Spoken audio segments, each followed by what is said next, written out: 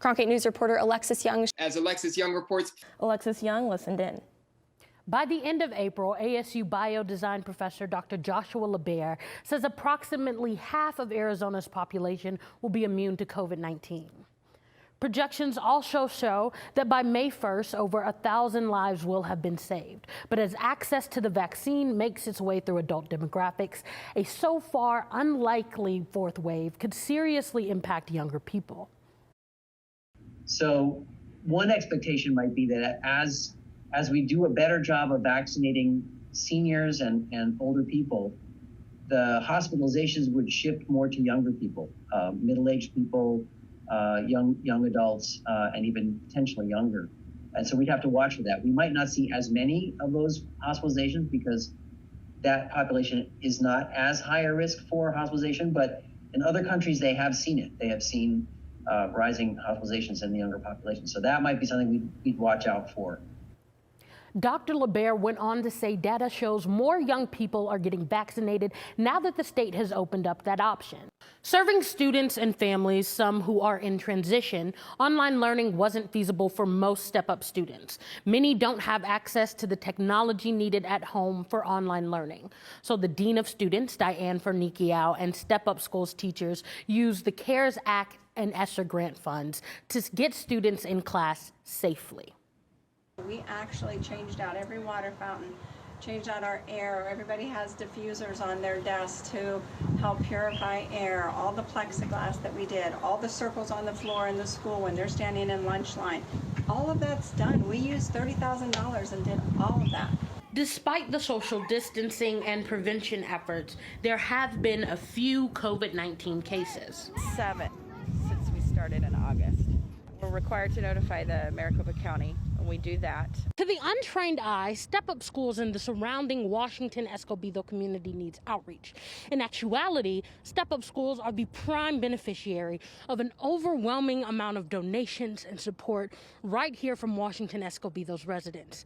Not only do they pour into the school and the students, but the staff and faculty as well.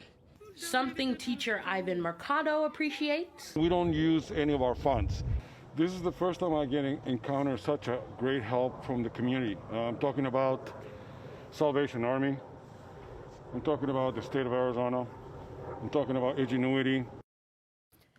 And that ingenuity helped the school be able to resume in-person clothing and book drives, which will again be monthly events. Dean Fernikiao makes donation wish lists every month. Go to stepupschoolsmesa.org to learn more. Since the coronavirus's arrival on campus, certain students have been experiencing unforeseen symptoms. You know, being Asian, people are kind of wary, so, just pretend to cough and everyone just backs off from you. Students of Asian descent say they're suffering from a bad case of racism and xenophobia. And our students being mocked and filmed. We've had people who, get up and leave if, someone who's Asian appearing sits next to them.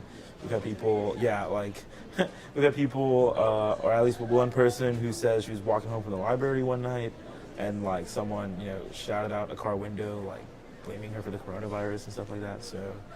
With a student body that represents 136 countries, ASU prides itself on inclusivity. So, when the Asian/Asian Pacific American Student Coalition requested a statement on xenophobia and racism, the university responded. As we advance through the semester, working through complex social concerns and public issues of import, let us continue to be empathic, respectful, thoughtful, and kind. In hopes of reducing stigma, health officials have given the novel coronavirus a new name, COVID. All humans can get exposure and can be infected with coronaviruses. Not necessarily Chinese student or American student or any other group of students or community. Avoiding naming the virus after a location or ethnicity, CO is for corona, VI is for virus, and D is for disease.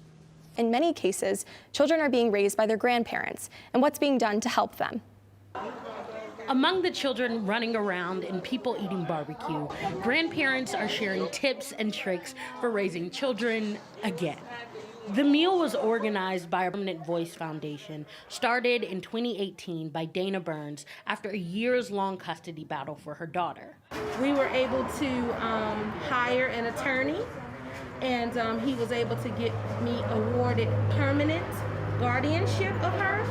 And so permanent comes from the permanent guardianship, and a voice is about us.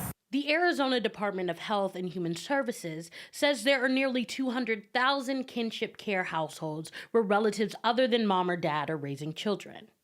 Much like herself, Burns' volunteers know what it's like to raise multiple generations of children. And it helps with we learn different things, have different classes. A permanent voice also helps with legal services and mental and physical well-being for age groups on opposite ends of the spectrum. Why not help somebody else I was once in their shoes, you know, or my baby was once in their shoes, or these children that my grandparents are raising were once in those shoes. Burns understands that time in the system or away from positive influences can sometimes be traumatic. Stuffed animals comforted Burns' daughter in her time of need, and now she ensures that other children are allowed that same comfort. In Phoenix, in the broadcast center, in the studio, Alexis Young. Alexis Young, Alexis Young, Cronkite News.